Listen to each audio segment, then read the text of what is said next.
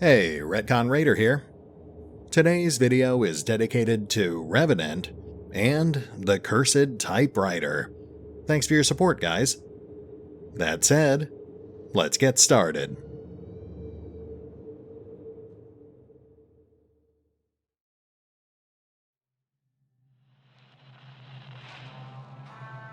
And welcome back to Stygian, Reign of the Old Ones, as we continue trying to wade our way through this world of death and misery.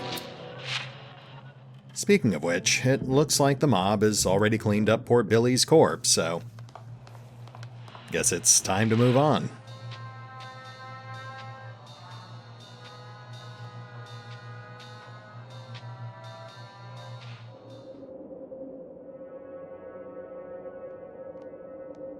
Alright, so obviously, today we're taking our first look at the Marsh Warehouse.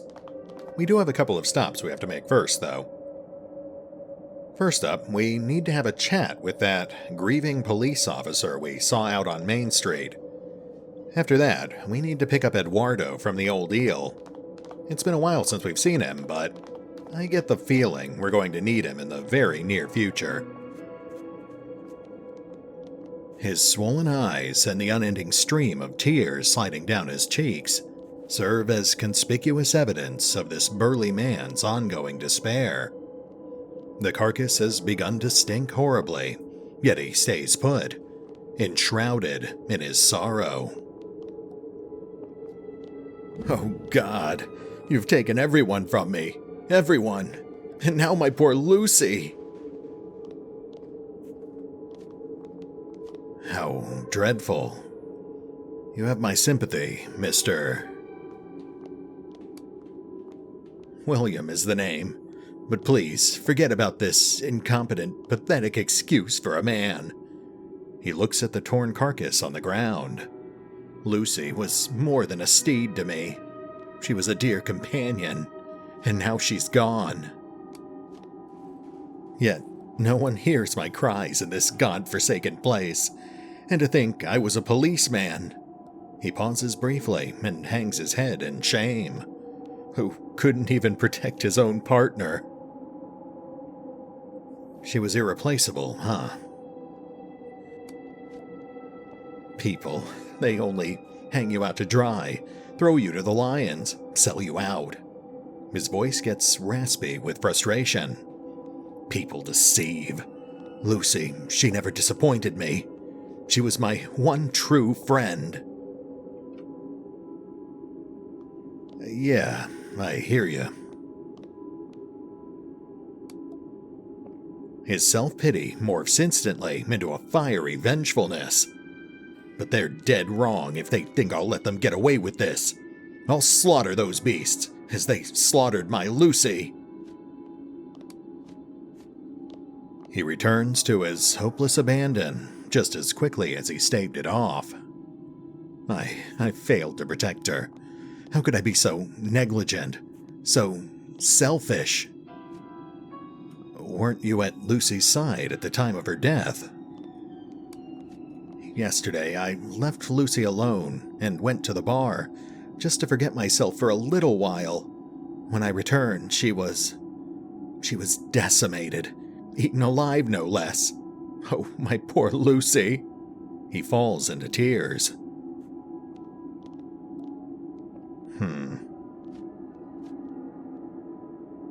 You must have succumbed to a big distraction then. Something that happens rarely, if at all. He gawkishly flounders to answer your question. Well, it just happened on the spur of the moment. Not some big razzle-dazzle, only a drink or two, sir. The smell of cheap perfume on your skin and the bruises on your neck leads me to think otherwise. The man finally breaks down. No use hiding the truth, is there? Yes, I was lured away by a chippy. Oh God, was I lonely. She promised she could wash away my blues. I needed it. I'll burn forever for this. We all pay the price for our indulgences. Eventually. But no loneliness I ever felt was deeper than what I feel now. Now I'm doomed to relive that damnable scene in my mind again and again. Did you catch sight of the attackers when you rushed to the scene? I wish I hadn't. He seems to be reenacting the gruesome incident in his mind. I started running when I heard Lucy neigh in agony from afar. Poor thing. On the way, I fired all my remaining ammo into the air. It was so dark I couldn't see much, but they had the silhouette of wretched, dare I say, dogs, and they grunted like hounds from hell. But one among their malicious pack was waiting in the shadows, a huge, hairless horror, whom I believed to be their leader. The abominable monster waited on his subordinates to bring him the flesh of my innocent Lucy. He shouts in a sudden burst of fury. I'll rip its heart out. I'll venture into that warehouse and compel that grotesqueness to pay with its life for the pain it caused me. Warehouse, huh? That's where I'm going as well. His eyes darken murderously. You will? Then you must help me avenge her. Only once their blood has been spilled shall my wounded heart rest. This much I owe it to Lucy. We can slay those beasts together. It seems like a bad idea. Your emotions are flustered by the trauma of loss. You better stay, lest you act in recklessness. Well then, if you say so, sir. I'll be praying for your safe return. My only wish is that you bring me the heart of the wretched beast that took away my Lucy. I will. Just try and rest a bit now, will you? You look terrible. Well, would have been nice to get an extra gun, but I guess that's for the best. Let's see what our companions want. The outsider looks at the lifeless body of the animal named Lucy, then diverts his gaze to the weeping man. I can see that his love for the beast is turning him into a lifeless revenant, blinded by pure anger. To be able to feel such a deep affection for a creature not shaped in the same form as himself. He was not simply the master of this beast of burden. He was much more. I find it admirable. This type of bond is sometimes stronger than any other.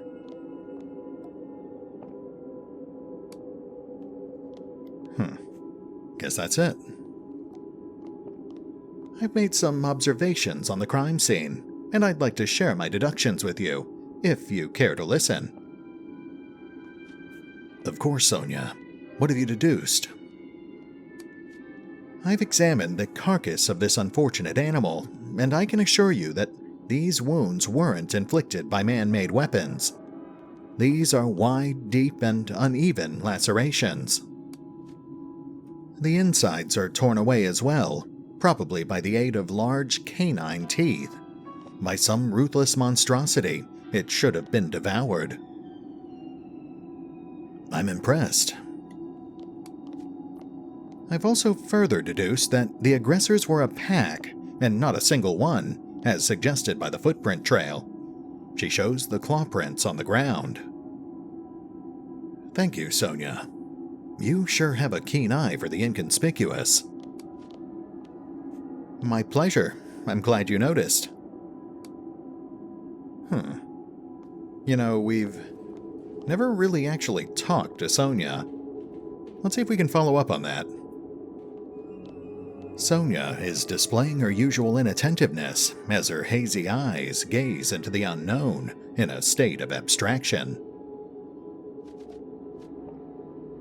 You seem to have an advanced investigation proficiency.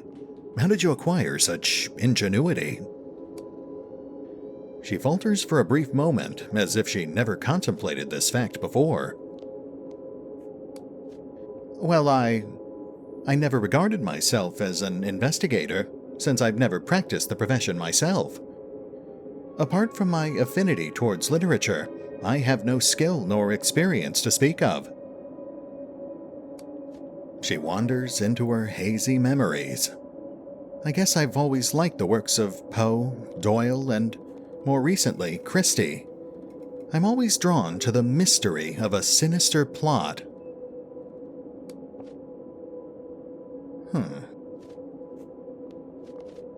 What do you think about this poem?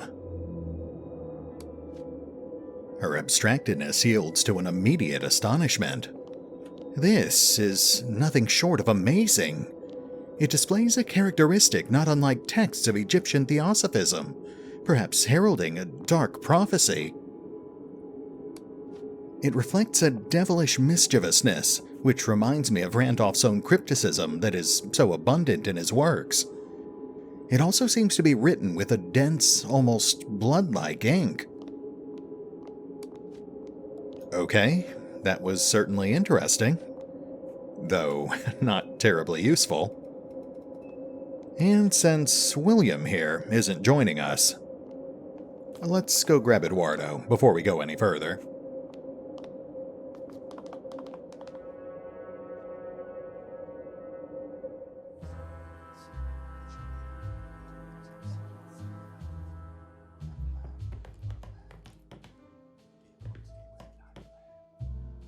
Hola, senor.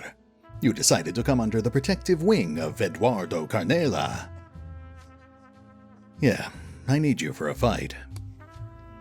See, of course. Everybody wants a piece of me eventually.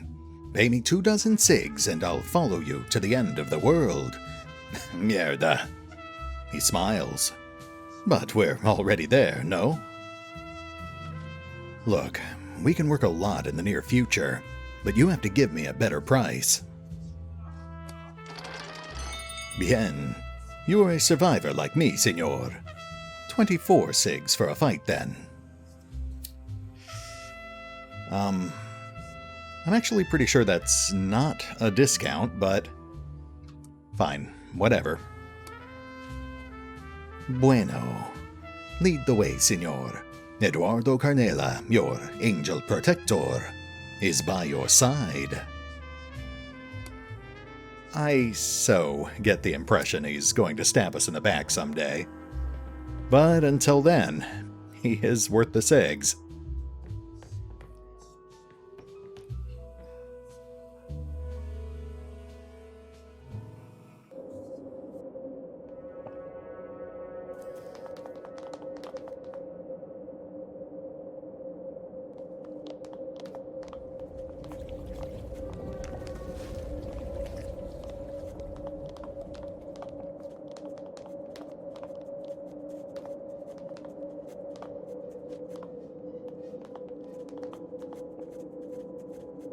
Alright, we've put it off long enough. Let's go check out that warehouse. Let's just make sure we're ready for a fight here.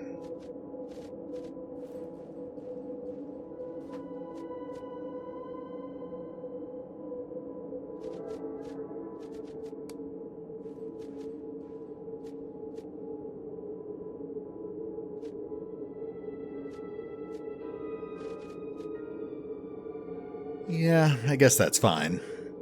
We don't really have much in the way of combat trinkets.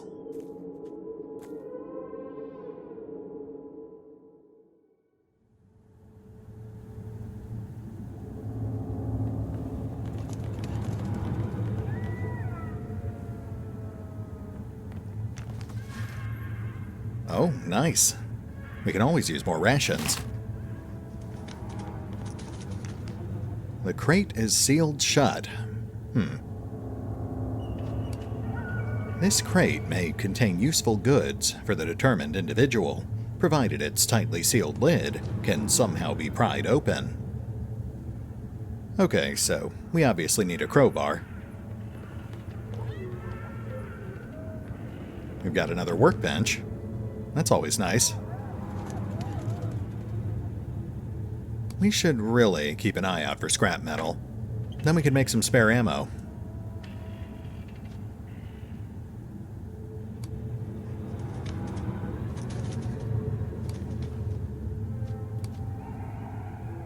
Well, at the very least, we can make some spare bandages.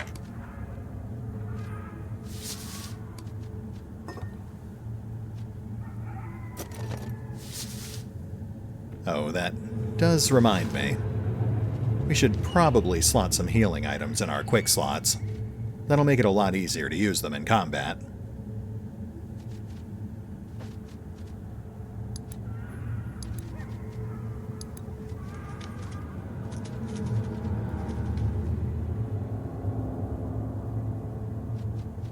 Where did my bandages go?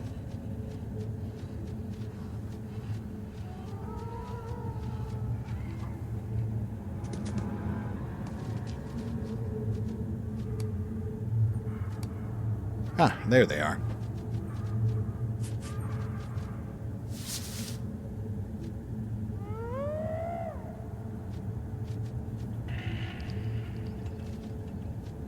Okay, that's probably good enough.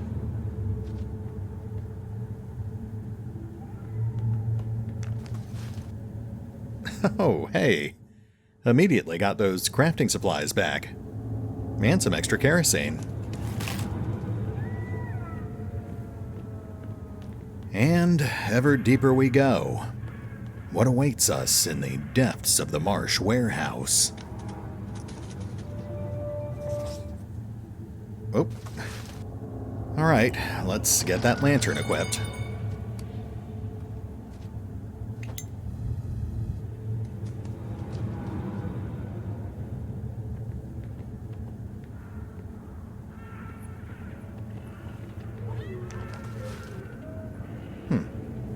Rope could come in handy.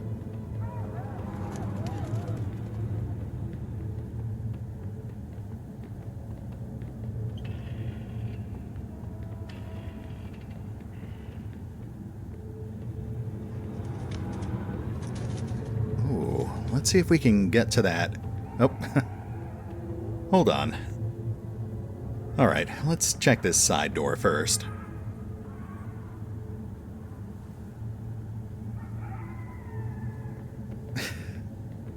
Man, there are a lot of corpses in this warehouse. Oh. What? I was sleeping. For how long? I was just carrying this crate. I have to go. And there goes our lantern.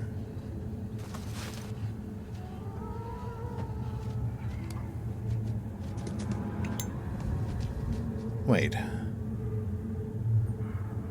Are we seriously? How do I refill my lantern?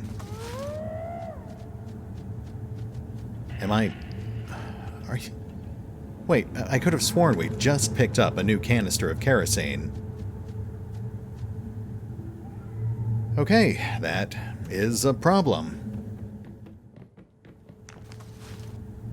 Well, I was hoping for kerosene, but let's have a look here.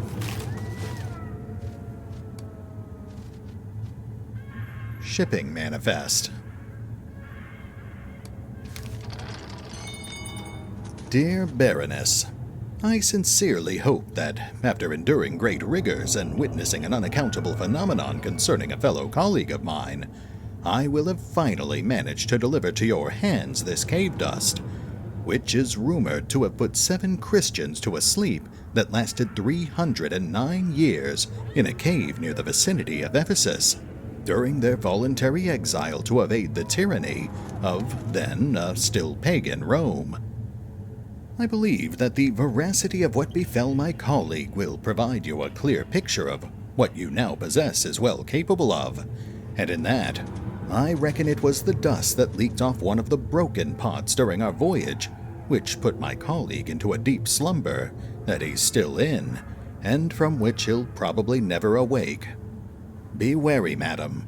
For whatever reason you wish to exploit this substance of mysterious properties, do so knowing that you may never wake up again. Manifest caution note. Do not break the seal of the pots for inspection in any case. Inhalation of pots' contents may induce drowsiness, and in severe cases of exposure, prolonged sleep that may last indefinitely. Store the crates in a vibration-resistant compartment, for the antique containers are very fragile.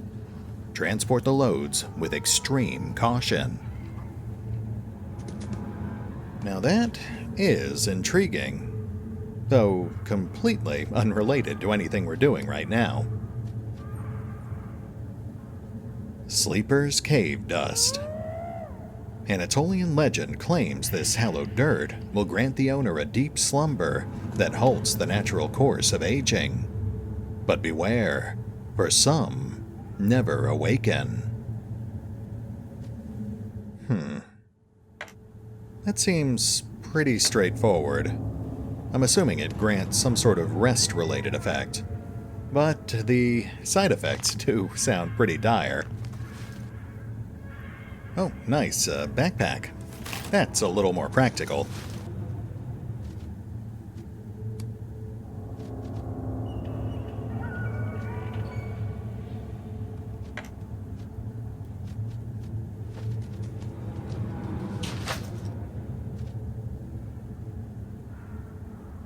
Alright, well, let's loot the rest of these containers and... yeah, if we can't find any more kerosene, we'll have to fall back and buy some before we continue.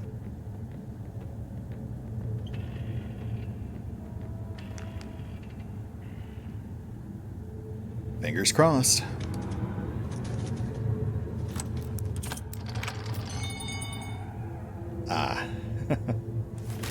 Not a bad find, just not what we need right now.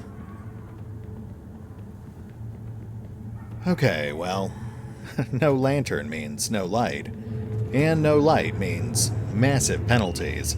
Plus, we'll start bleeding sanity before much longer. We've got no choice. Let's fall back and go resupply. Sorry, guys.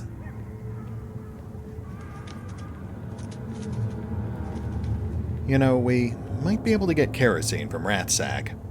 That could make this a little quicker.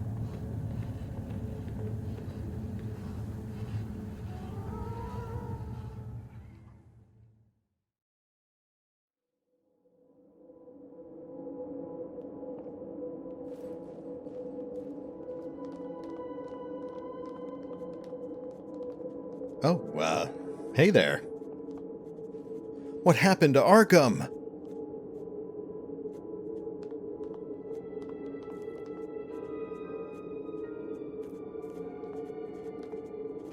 What happened to this place? Shh! Lower your voice. What is that thing over there? My family. I have to find my family. Wow, that is one unlucky warehouse worker. I wish him the best, but we've got a transmitter to find.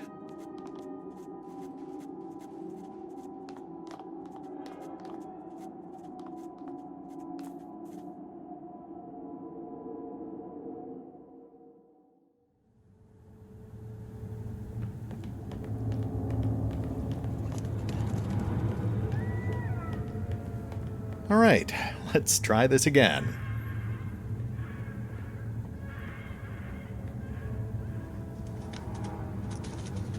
Let's get that lantern equipped.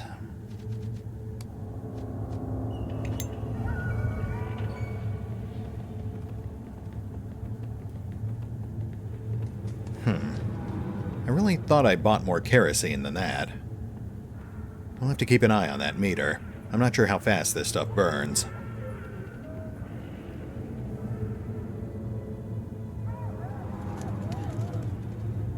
Let's do a quick double check here, just to make sure we didn't miss anything.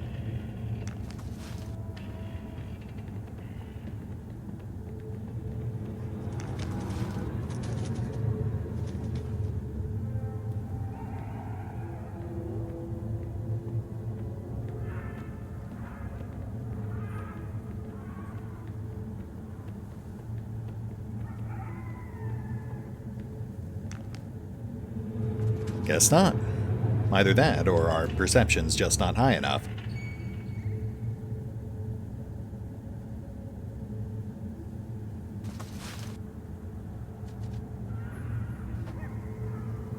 Okay, now let's see if we can get to that body.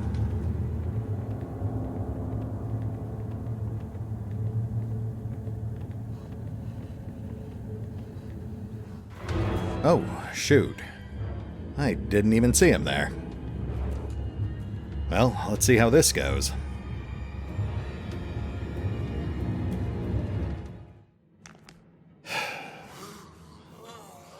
Like I said before, we're not really cut out for serious combat, but we've got guns and we've got Eduardo.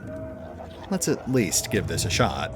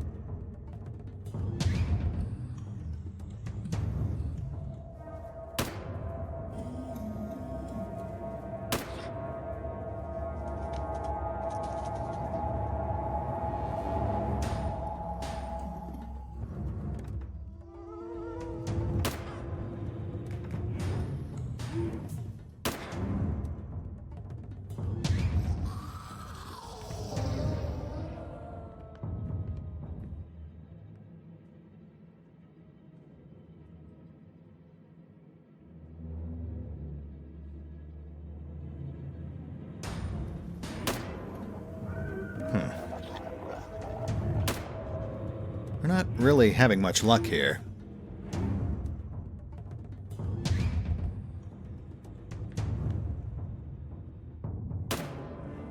Oh, spoke too soon.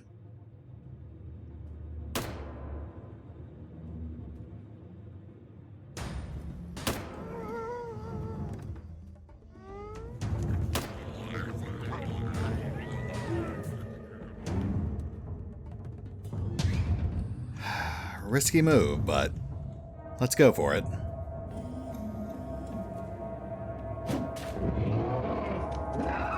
Nice. Oh. Yeah, I instantly regret that decision.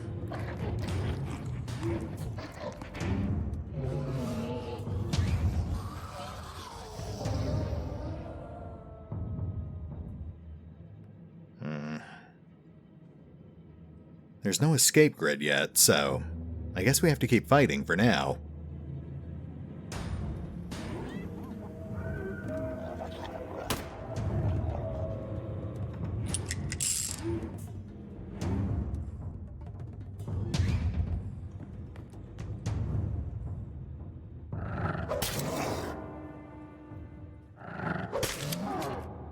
Okay, that wasn't so bad.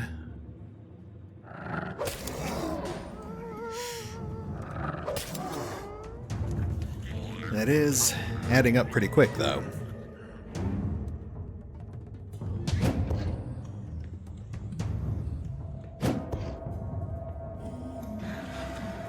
There's our escape grid. But let's see if we can finish this.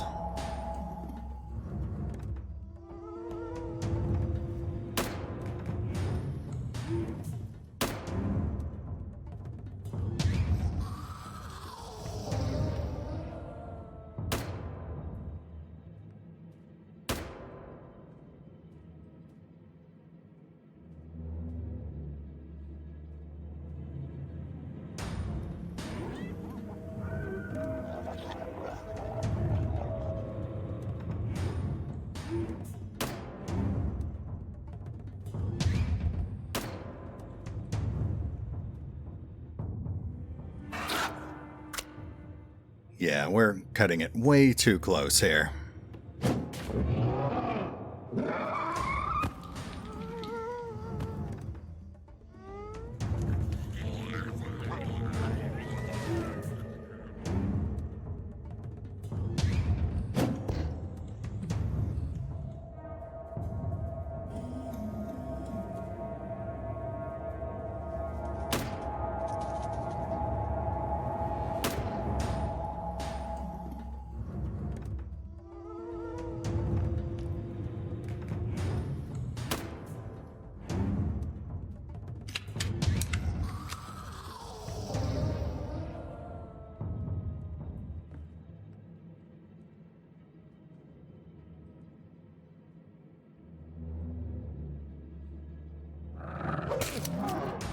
There we go. Eduardo's always happy to take one for the team.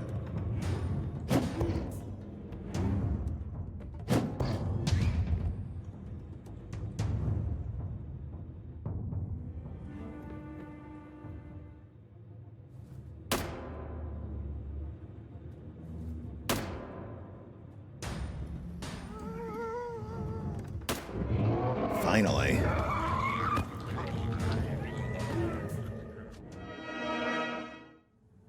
No loot.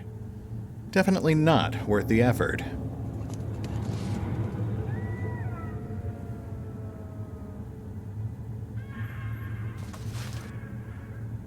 Well, let's get the outsider patched up. He took some pretty heavy hits there.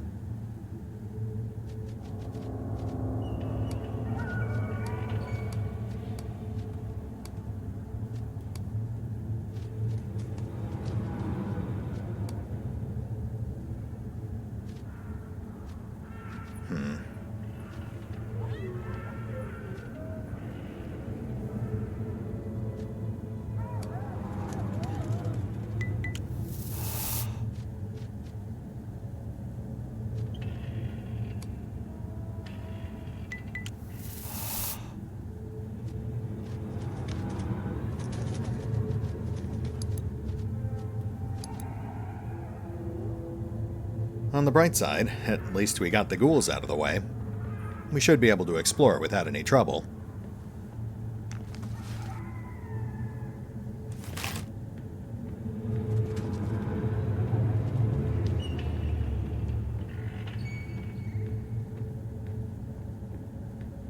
Oh, but we are burning through that kerosene fast.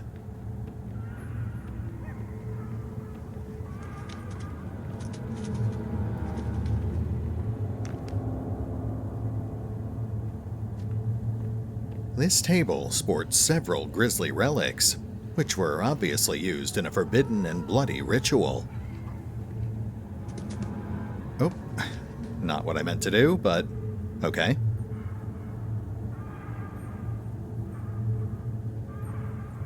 You told me that you would instruct me in the dark arts. Even if I tell you those arts, as you call them, provide me no comfort in my eternal struggle. I warned you about this path before. Are you still willing to delve into the black unknown? I am. You have chosen your path, then. Forgive me if I am sometimes deficient in passing my knowledge on to you. This will be a first for me. That's all right. My experience with the occult has shown that deciphering the hidden signs under the mystical inscriptions has dire importance in this dangerous discipline. You'll need to master reading esoteric symbols. Come to me once you have a spell tome or similar manuscript, and we will practice it together. What about this?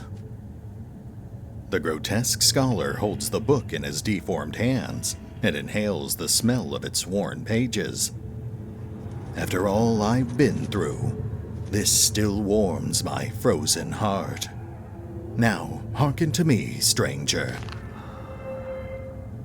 After painstaking hours reviewing the forbidden text, you have learned much about deciphering the veiled meanings hidden inside occult tomes. You are also fatigued from the sheer mental will required to complete the exercise. Interesting. I can't help but notice that we are not, in fact, fatigued, and our kerosene level hasn't changed, so I guess we did all that in the dark. Occult score hasn't changed. Ah, looks like we gained the Occult Scholar perk. Not the most exciting bonus, but not bad. Upon examining this semi-complete altar, you deduce that the cult tried to conduct a ritual which was supposed to harness the beastly being's lust for blood. you can try to alter the ritual in a way that would aggravate the bloodlust of the degenerate creatures that inhabit the warehouse. Sure, why not? Not sure how that helps us, but I'll be curious to find out.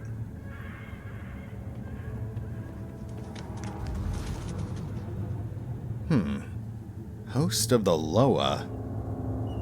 Let's have a look at that. Most likely indicted in the dismal remoteness of a foul Louisiana marsh, as evinced by its shriveled state, this manuscript bears instructions for a spirit possession spell. Intriguing and confusing. And once again, we can't summon this guy's ghost. I really feel like they kind of overlooked that Tongue of the Dead spell. Alright, well, moving on.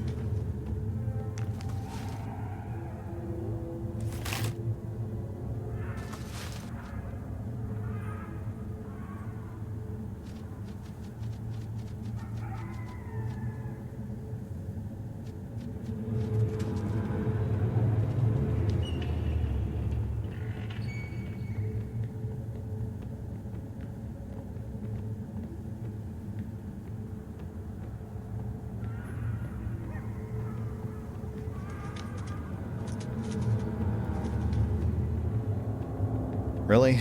All the way around? Okay, let's check the body first.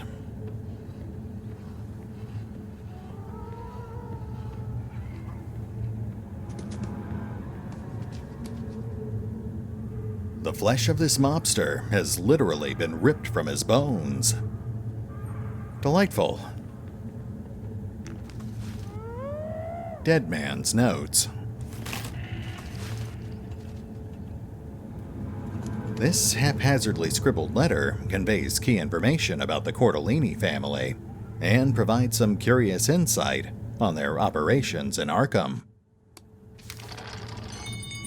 It seems my layabout cousin, Marino, finally made himself useful in Arkham while you were struggling to get a wiggle on out in Providence.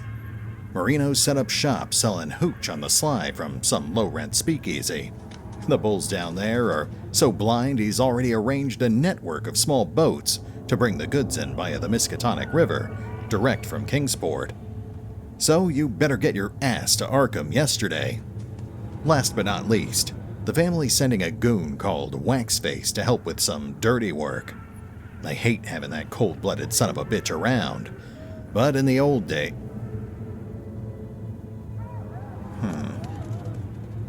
Looks like there's multiple pages, but we can't actually look at any of them.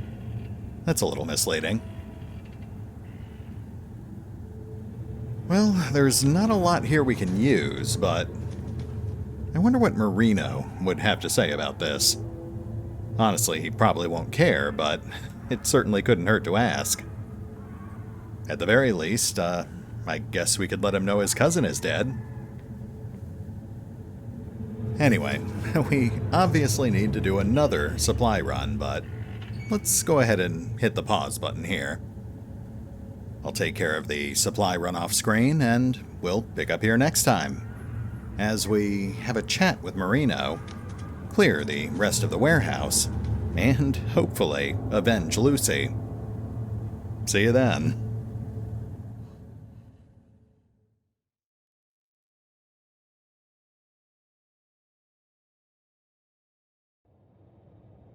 Oh, and remember, although I do love playing Stygian, Reign of the Old Ones, you can find out more about the game by visiting the official website, the official YouTube channel, the official Facebook page, the official Twitter feed, or the original crowdfunding campaign over on Kickstarter. Links are in the description.